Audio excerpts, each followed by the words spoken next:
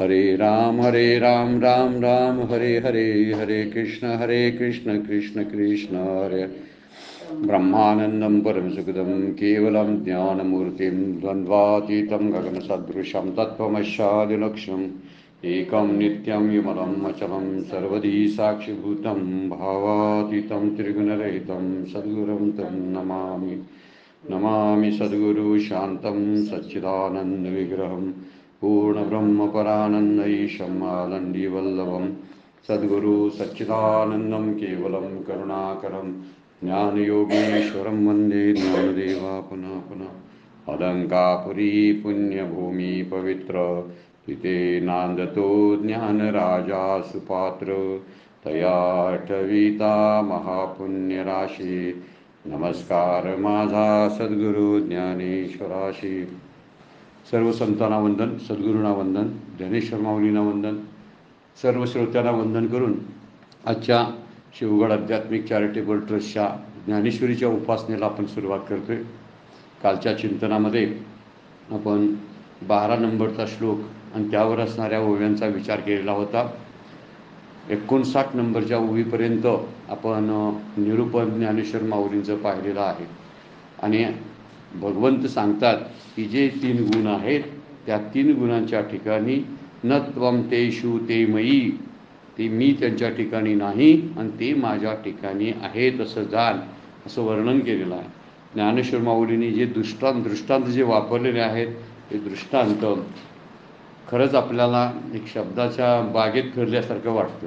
शब्दांची फुलं जी असतात ती शब्दांची फुलं अशी सुगंधी शब्दांची फुलं कशी वापरावीत आणि दृष्टांताच्या माध्यमातून हे आपल्याला ज्ञानेश्वरीमध्ये बघायला मिळतं।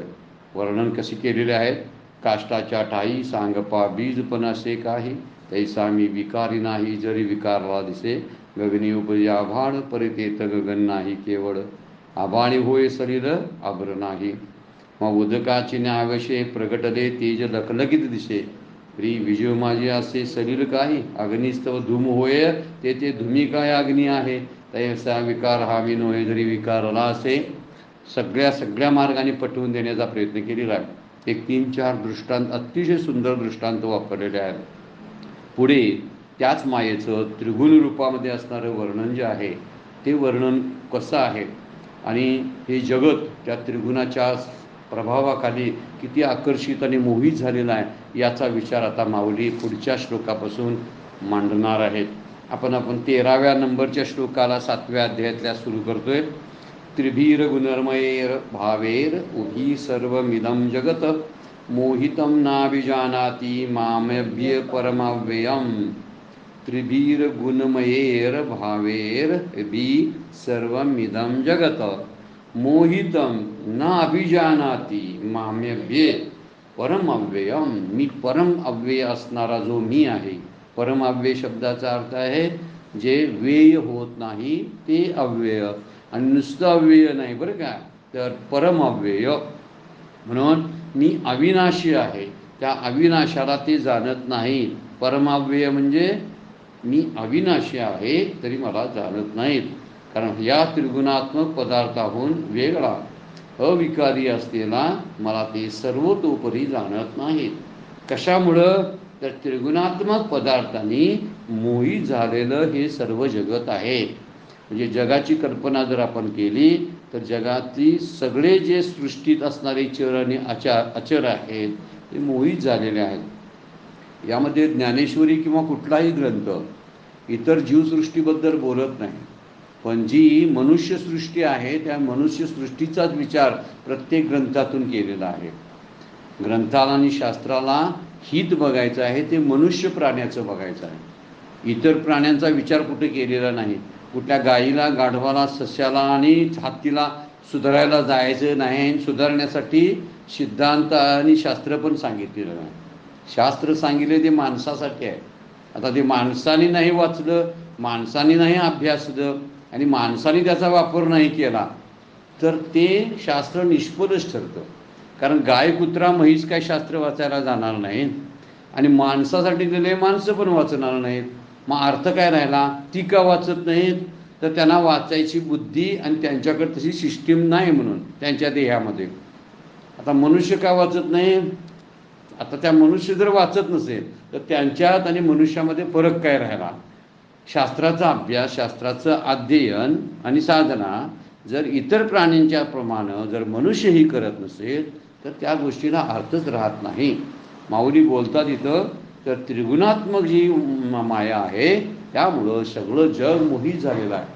सत्वानं, रजानं आणि तमानं सगळं जग मोहित झालेलं आहे. आणि अशा मोहित झालेल्या त्रिभी गुणमयेर भावेर बी शब्द वापरला, म्हणजे त्रिगुणात्मक भावाने हे जग झालेलं आहे. आणि या त्रिगुणात्मक पदार्थापासून अत्यंत विलक्षण असलेलं क्षयरहित परमाव्यय शब्द, अत्यंत विलक्षण क्षयरहित विकाररहित असणाऱ्या मला ते जाणत नाहीत.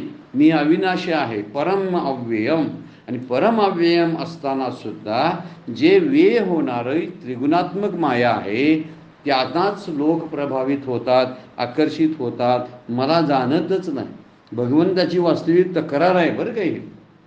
मी ज्यांना जन्माला घातलं तीच मला विचारत नाही. जसे आत्ताचे आई वडील बोलतात मुलांच्याबद्दल बघा, अरे ह्यांना आम्ही जन्माला घातलं आणि आमची चौकशी करत नाही, आम्हालाच विसरले. ज्यांनी जन्माला घातलं त्यालाच विसरलेत. तर त्या आईवडिलांना जसा त्रास होतो तसा देवाला होत असेल की नाही? सगळ्यांनी त्याचा विचार करायला पाहिजे. मी आईवडील म्हणून जेव्हा भूमिकेतून मुलांच्याबद्दल तक्रार करत असतो तशीच तक्रार देवाची आपल्याबद्दल सगळ्यांच्याबद्दल असेल की नाही? मी यांना जन्माला घातलं, मायेची निर्मिती केली, प्रकृतीची निर्मिती केली आणि त्या प्रकृतीच्या द्वारे 3 गुणानं युक्त असणारी सगळे जीव मी निर्माण केले. आता हे निर्माण केलेत याचा अर्थ त्या निर्मितीमध्ये दोष नाही, फक्त तो आहे तो 3 गुणातलाचा प्रभाव जो आहे त्या जीवावरचा तो प्रभावच भगवंताची ओळख करू देत नाही. आणि तीच तक्रार भगवंत या ठिकाणी मांडतात. भगवंताची तक्रार आहे बरं का. या सगळ्या ओव्यातून आपल्याला लक्षात येईल की ती तक्रार कशी सांगतात ते. वास्तविक भगवंतानी तक्रार करायला पाहिजे असं व्हायला नको पाहिजे होतं. आपले जगभर समाजामध्ये बघितलं तर देवभक्त म्हणून मिरवणारे आम्ही किती जण आहोत, पण आमच्याबद्दलच त्यांची तक्रार आहे. तुम्ही जी भक्ती करताय त्या भक्तीचा विचार त्रिगुणांना बाजूला करून करताय का? मग त्रिगुणांना बाजूला करून जर तुम्ही भक्ती कराल तरच माझी प्राप्ती होईल.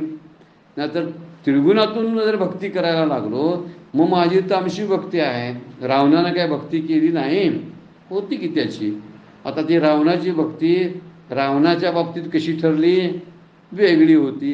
भक्तीच होती ना, पण तामस गुणानं युक्त होती. विभीषणाची भक्ती श्रेष्ठ ठरली, त्याची नोंद घेतली, शास्त्रानं नोंद घेतली पुराणांनी ग्रंथांनी की विभीषणाची भक्ती अशी होती, रावणाची अशी होती. म्हणजे गुण निर्माण केलेत. भाऊभाऊच होतेत ना दोघे पण दोघेही भाऊभाऊ असताना एक सात्विक गुणाचा एक तामसी गुणाचा, दोघेही भक्त होते. पण एक पोचला कुठं दुसरा पोचला कुठं? एक देवाला प्रिय झाला आणि दुसरा देवाच्या द्वेषाला, देवाच्या क्रोधाला बळी पडला. आता क्रोध म्हणायचं गरज काय? तर क्रोध नाही, पण क्रोधानंच भगवंतानी त्याचा वध केला ना. एक आसुर योनीमध्ये जन्माला आला आणि दुसरा आला आहे तो दैवी संपत्ता घेऊन आलेला होता विभीषण. या दोन्हीचा विचार साकल्यानं करणं फार गरजेचं आहे. म्हणून भगवंत आपल्याबद्दलची ज्या तक्रारी करतात त्या तक्रारीचं नोंद आपण घेतली पाहिजे, दखल घेतली पाहिजे. देवाला असं बोलावं लागावं, अरे तुम्हाला आम्ही जन्माला घातलं आणि मलाच तुम्ही ओळखत नाही. जसं आईवडिलांना बोलायला लागू नये की अरे आम्ही तुमच्यासाठी एवढं केलं, आम्ही तुमच्यासाठी तेवढं केलं, तुम्हाला आम्ही वाढवली, पोचलीत, तुमची जन्म झाला. हे सगळ्या गोष्टीचं बोलायला जर लागत असतील तर ती मुलं नव्हेत. आणि देवाला बोलायला लागत असतील तर ते जीव नव्हेत, भक्त नव्हेत. वर्णन केलं आहे 3 गुणाने युक्त असलेल्या या मायेचा प्रभावाखाली आकर्षित होऊन सगळेच जीव मोहित झालेले आहेत. आणि या मोहित झाल्यामुळं मी जो अव्यय, अविकारी आणि अविनाशी आहे अशा अविनाशी मला ते जाणत नाहीत. ही तक्रार कशी केलेली आहे याचा विचार आता आपण माऊलींच्या भाषेमध्ये करणार आहोत. माऊली काय बोलतात त्याच्याबद्दल बघा. 60 नंबरची ओवी आहे. परी उदकी झाली बाबोळी, ते उदका ते जैसे झाकोळी, का वायाची आभाळी आकाश लोपे. सलग 2-3 दृष्टांत दिलेले आहेत बरं का. आणि 3 दृष्टांतानंतर सिद्धांत सांगितला आहे 63व्या ओवीमध्ये. 60, 61, 62 ओव्या दृष्टांताच्या आहेत, पण दृष्टांत किती चपकल आणि चढत्या दर्जाचे आहेत याचा अभ्यास करताना आपल्याला लक्षात येईल. ज्ञानेश्वरीची अभ्यासाची मजा जर लुटायची असेल तर त्याच्या दृष्टांतामध्ये घुसावं लागतं आपल्याला. आणि दृष्टांताच्या द्वारे मजा लुटली ना तर सिद्धांत आपलेशी करता येतात. एकदा दृष्टांत समजला ना की सिद्धांत समजायला अजिबात वेळ लागत नाही. पण दृष्टांताला अगदी चिकित्सक पद्धतीने त्याचा अभ्यास केला पाहिजे. असो, खरं आहे ते सिद्धांतामध्ये आहे. कोण म्हणेल सिद्धांताचा अभ्यास करायचा काय दृष्टांताचा, तर सिद्धांताचीच मजा दृष्टांताद्वारे लुटता येते. सिद्धांताचं जे आकलन आहे ते दृष्टांताद्वारे होत असतं. म्हणून बऱ्याचशा शास्त्र ग्रंथामध्ये खूप दृष्टांत दिलेले आपल्याला बघायला मिळतात. भगवद्गीतेसारखे सूत्ररूपानं लिहिलेल्या ग्रंथामध्ये दृष्टांताला जागा नाही आहे, पण तरीसुद्धा ज्ञानेश्वर माऊलींनी मात्र दृष्टांताची अगदी भरगच असा वर्षाव ज्ञानेश्वरीमध्ये केलेला आहे. पहिला दृष्टांत पाण्याचा. उदकी झाली बाबळी, पाण्यावर उत्पन्न झालेलं सेवा. ते उदका ते जैसे झाकोळी, पाण्याला झाकून टाकतं.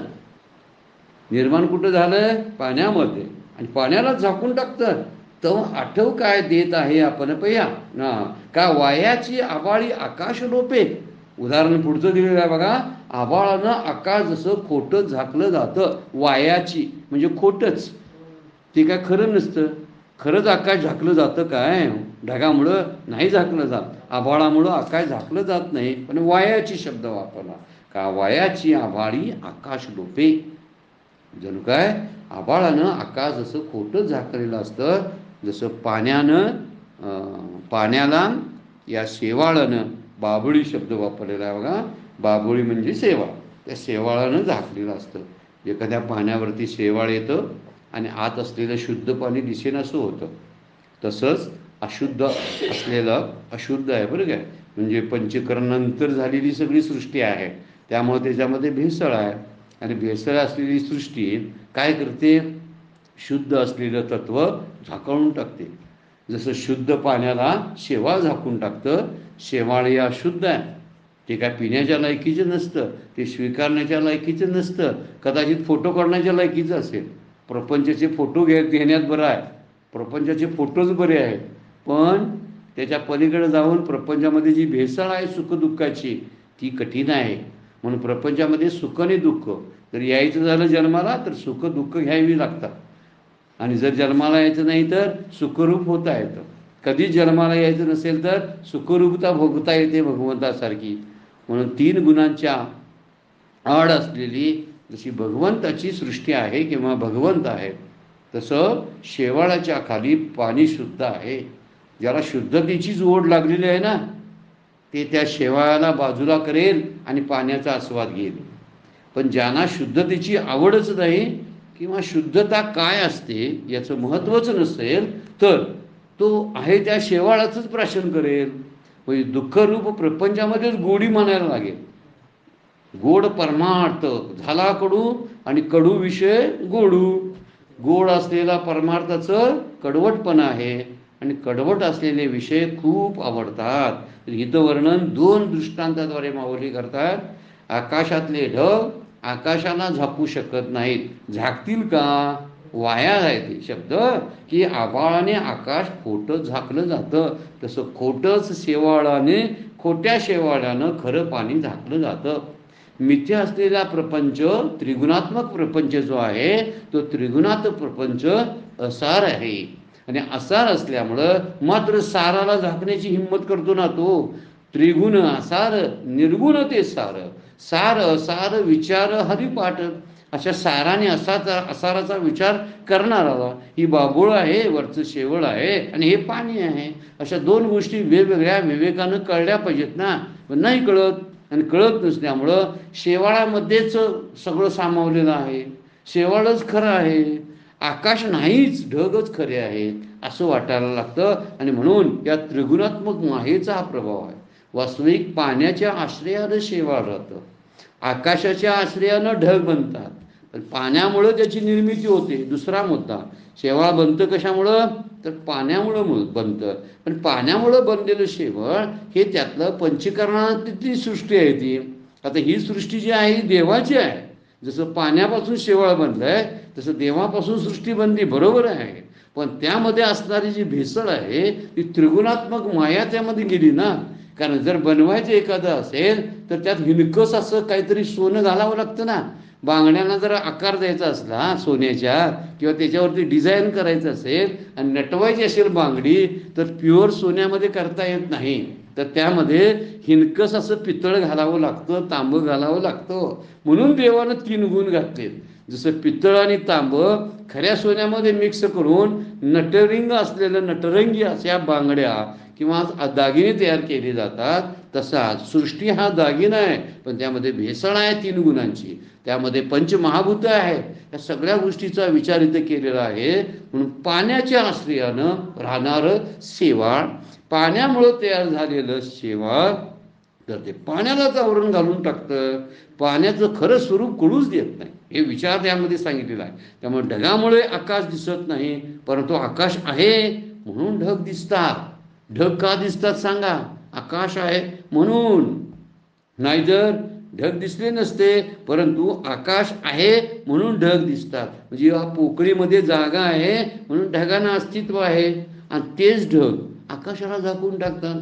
जसं शेवाळ शुद्ध पाण्याला झाकून टाकतं, तसं निरभ्र असणाऱ्या आकाशाला हे अभ्र झाकण घालतात. आणि झाकून घातल्यामुळं अगदी सृष्टीचं स्वरूपच बदलून जातं. काही माणसं मूढ आहेत, ती ढगालाच आकाश म्हणतात, शेवाळालाच पाणी म्हणतात. शेवाळाचं सेवन करतात आणि ढगामध्ये त्याची ढगावरती प्रेम करतात.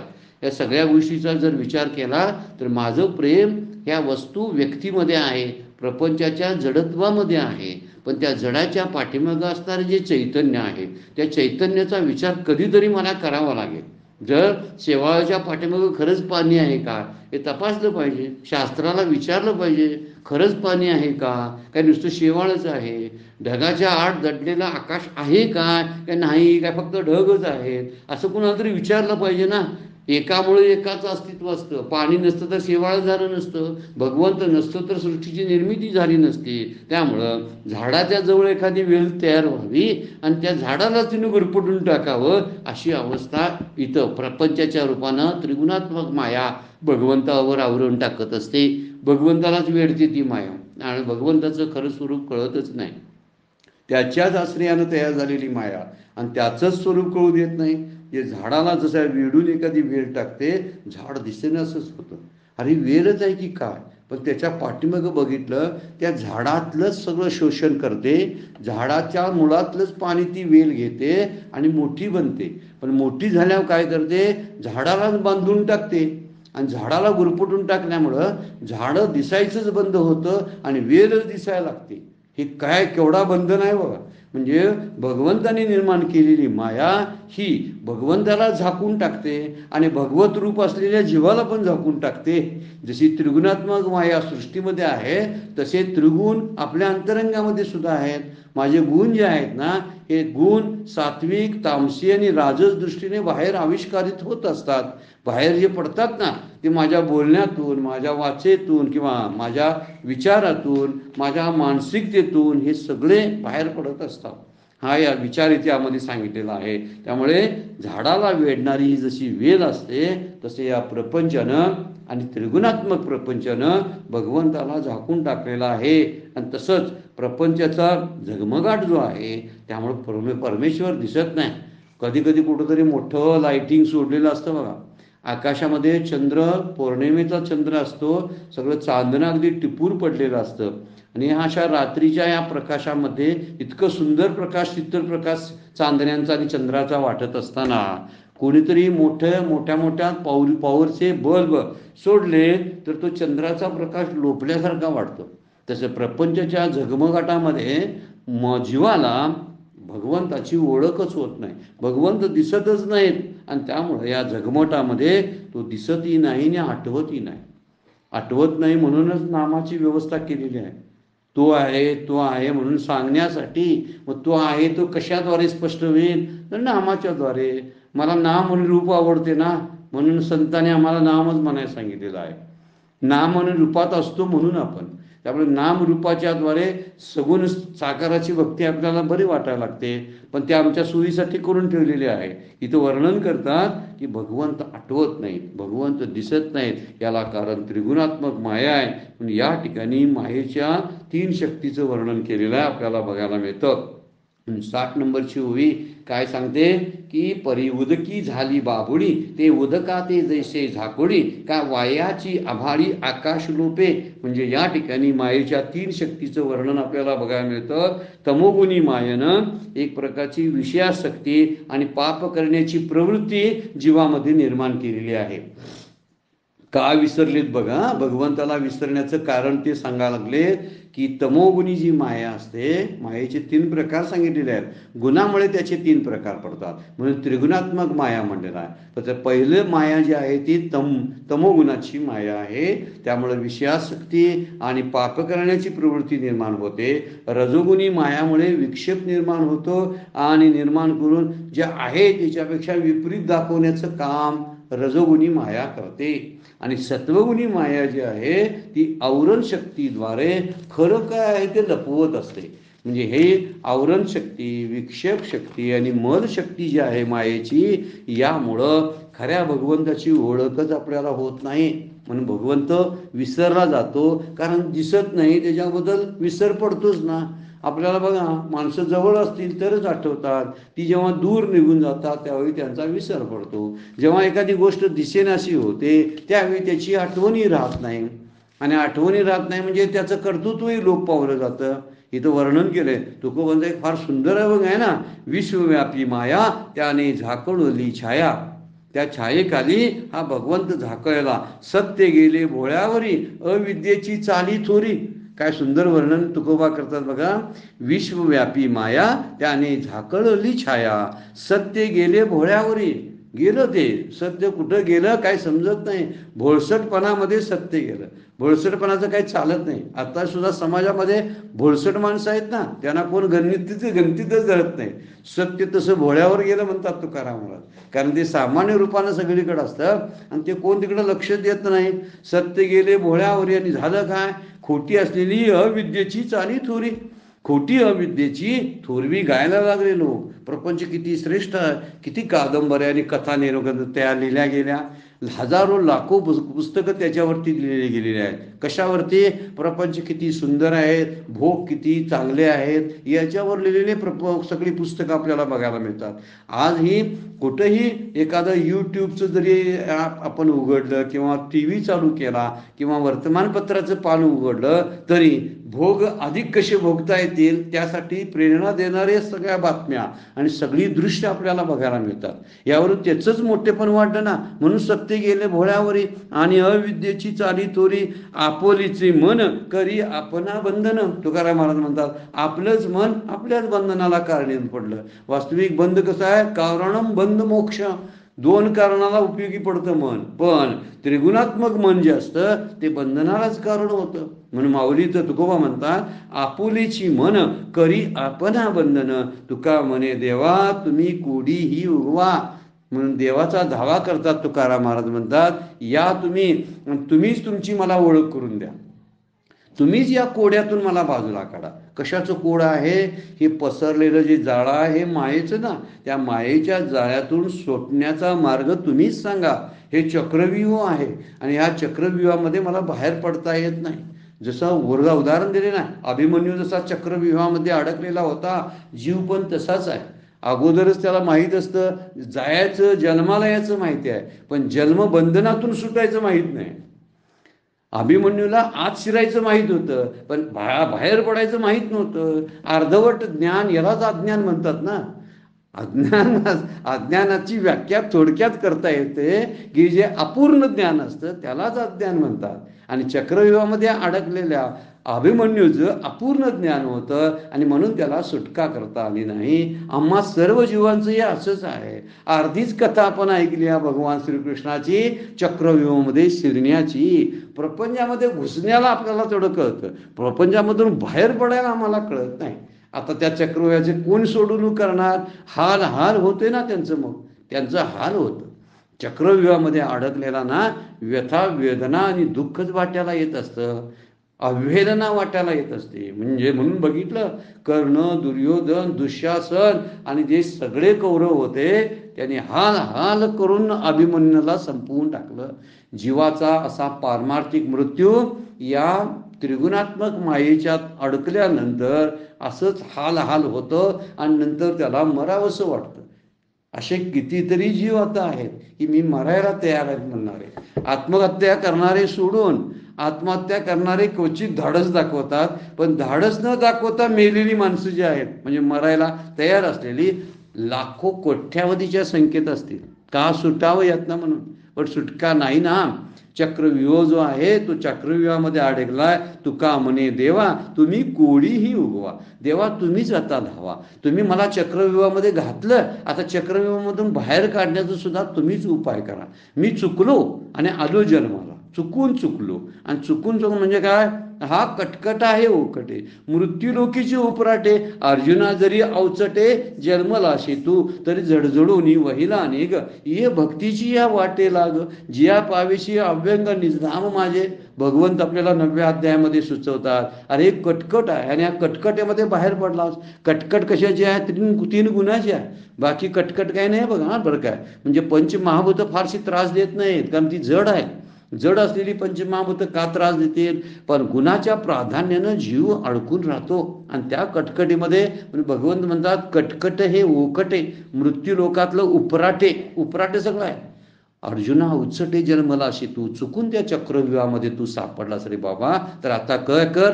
झड दिशी बाहेर पड, झडझडोनी वहिला निघायला काय कर? भक्तीची वाट पकड, भक्तीच्या मार्गाने जा. म्हणजे तुला या चक्रव्यूहातून बाहेर पडशील आणि भक्तीच्या मार्गानं मार्गक्रम करत करत आलास. जिया पायविशी अव्यंग निजधाम माझे, माझ्यापर्यंत तू मुक्कामाला प्राप्त होशील, मोक्षाला प्राप्त होशील, जीवनमुक्त होशील. पण चक्रव्यूहाचा विचार मात्र अभ्यास करून ठेव. ह्या त्रिगुणात्मक मायेचं चक्र जे आहे हे चक्र जगाला म्हणजे जीवाला अगदी भांडावून सोडतं. विश्वव्यापी माया त्याने झाकडोली छाया, सत्य गेले भोळ्यावरी अविद्येची चाली थोरे. आपुलीची मन करी आपण बंधन, तुका म्हणे देवा तुम्ही कोडीही उगवा. रोज म्हणत बसावं देवाच्या समोर. समोर म्हणजे काय? कुठं असेल तिथं देवाच्या समोरच आपण असतो. जिथं बसलोय तिथं देवाला विनवणी करावी. मी या चक्रव्यूहामध्ये आहे. ज्यावेळी मला चिंता लागते प्रपंचाची, ज्यावेळी मला प्रपंचाकडून दुःख होतंय झाल्याचा अनुभव येतो, त्यावेळी समजायचं आपण चक्रव्यूहामध्ये अडकलेलो आहोत. चक्रव्यूहाच्या बाहेर गेल्यानंतरच आपल्याला सुखरूपतेचा अनुभव येतो. म्हणजे चक्र कुणाचं आहे?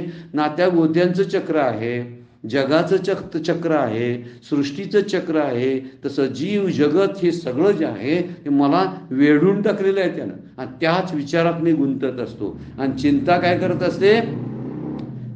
चिंता चित्तेसारखी जाळत असते रोज. म्हणून म्हणतात ना, चिंता ही काय करते? चित्ता जशी मेलेल्या माणसाला जाळते, पण चिंता जी असते ती जिवंतपणी जाळत असते. ही चिंता कोण निर्माण करतं? ही त्रिगुणात्मक माया. त्रिगुणात्मक माया का निर्माण करते? कारण त्रिगुणात्मक मायेतील 3 गुणांना बाजूला करून खरं सुखरूपता आहे ती मी बघितलेली नाही. पाण्यानं झाकलेलं शेवाळच बघत बसलो मी, पण त्या शेवाळाच्या खाली असलेलं पाणी मला दिसलंच नाही. जसं ढगाच्या आड असलेले आकाश, त्या आकाशाचा अंदाजच मला आला नाही. म्हणून माऊलींनी वर्णन करताना म्हणतात, हे त्रिगुणात्मक सगळा संसार असार आहे, अनित्य आहे. म्हणून तू काय कर? अनित्य आहे म्हणून झटदिशी त्यातून बाहेर पडण्याचा मार्गक्रम, आणि मार्ग करण्यासाठी कुणाला बोलव? देवाला बोलव म्हणतात तुकाराम महाराज.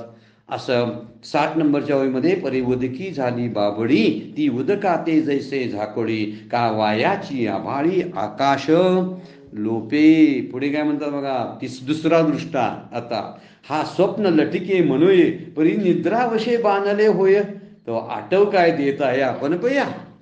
काय स्वप्न करते कार्यक्रम बघा तो कसा. जागृती झाल्यानंतर स्वप्न खोटं म्हणता येते हो, सोपं आहे ते. पण झोपेच्या अधीन झाल्यामुळे जेव्हा ते अनुभवाला येतं स्वप्न, त्यावेळी आपल्याच अधिष्ठानावर असून सुद्धा आपलीच आपल्याला आठवण होऊ देत नाही. स्वप्न कशामुळे दिसतं? आत्म्याच्या सत्तेवरच दिसतं, शरीराच्या नव्हे. शरीराला सत्ता नाही. शरीर कुणाचं सत्तेवर चालतं? चाले हे शरीर कुणाचे सत्ते? कोण बोलविते हरिविन. चाले हे शरीर भगवंताचे सत्ते, असं तुकाराम महाराजांना बोलायचं आहे.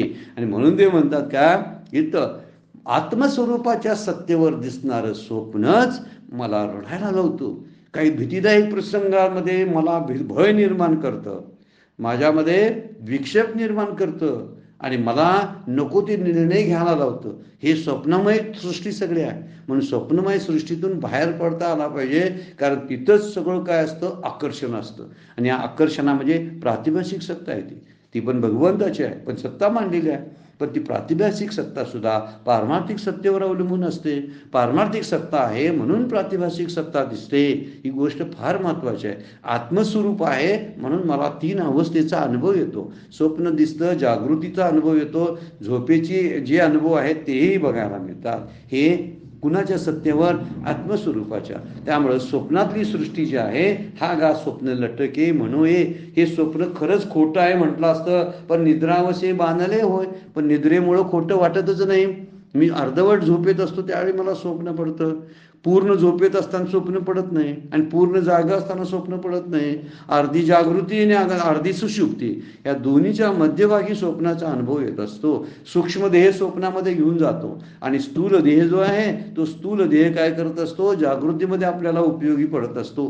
कारण देह झोपेमध्ये उपयोगाला पडत असतो. आता 3 देह ह्या 3 गुणांनीच युक्त असतात ना.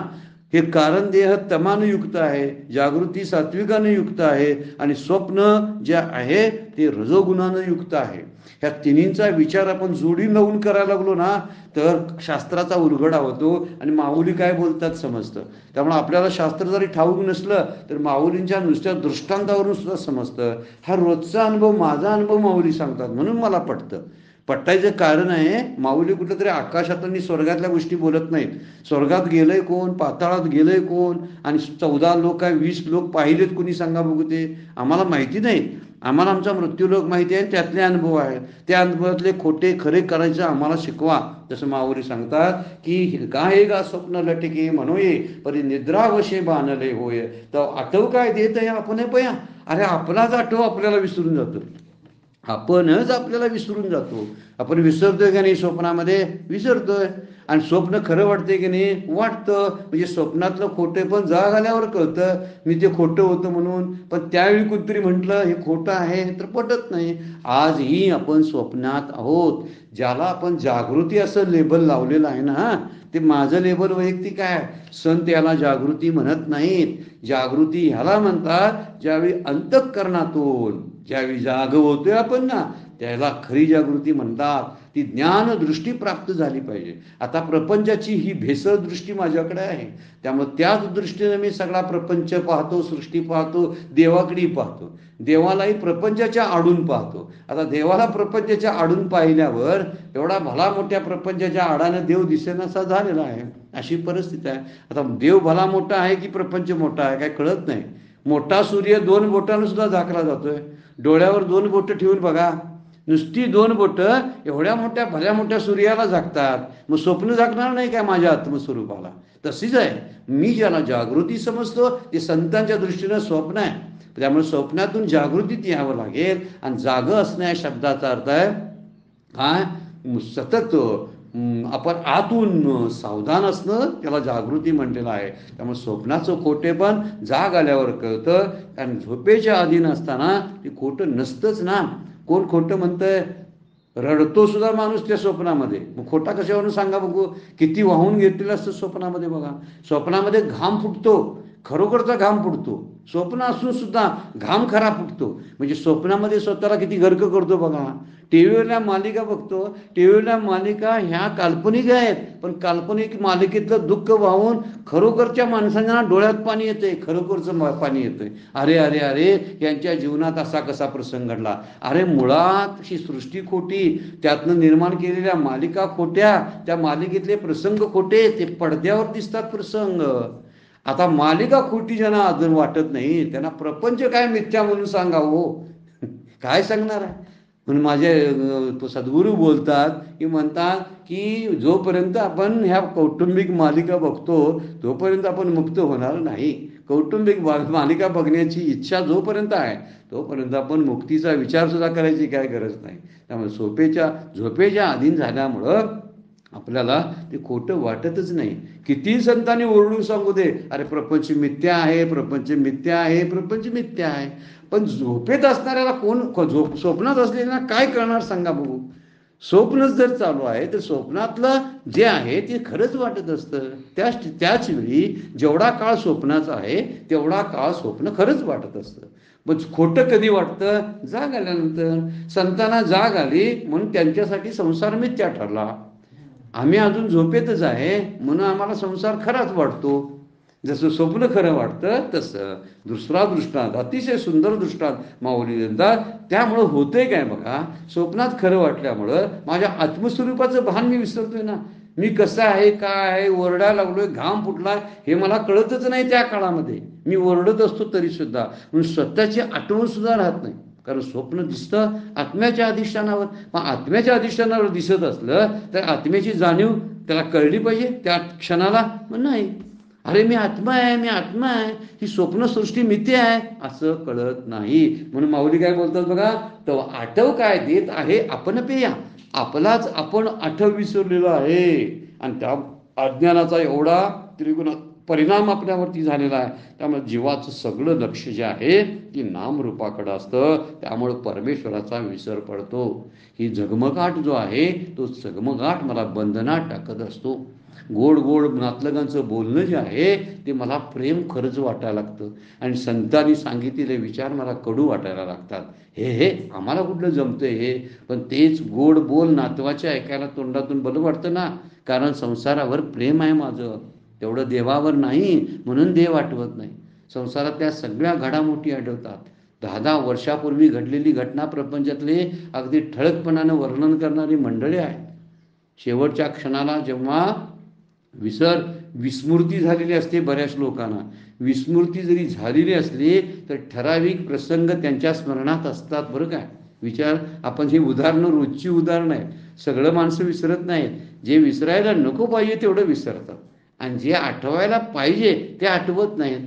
विसरायला पाहिजे ते विसरायचा विषय काय आहे, प्रपंच. आठवायचा विषय कोणता आहे, देव. मग देवाला आठवावा आणि प्रपंचाला विसरायचा. विषयी विसर पडला निशेस, अंगी ब्रह्मरस ठसावला, असं तुकोबा बोलतात. आता कधी अंगी ब्रह्मरस ठसावतोय कुणाला माहिती, आणि हा प्रपंचाचा विसर कधी पडतोय काय माहिती. पण जोपर्यंत प्रपंचाची ठळक आठवण आहे तोपर्यंत देवाची पुसट सुद्धा आठवण आपल्याला राहणार नाही. ठळकपणानं प्रपंच स्पष्टपणानं प्रत्यक्ष माझ्यासमोर मला जर भोंडवून टाकत असेल, मला चक्कर आणत असेल, तर देवाची आठवण राहीलच कशी सांगा. म्हणून स्वप्नातल्या सृष्टीमध्ये माझं जागं पण फार महत्त्वाचं आहे. त्या स्वप्नातून जागं झाल्याशिवाय मी कोण आहे मला कळणार नाही.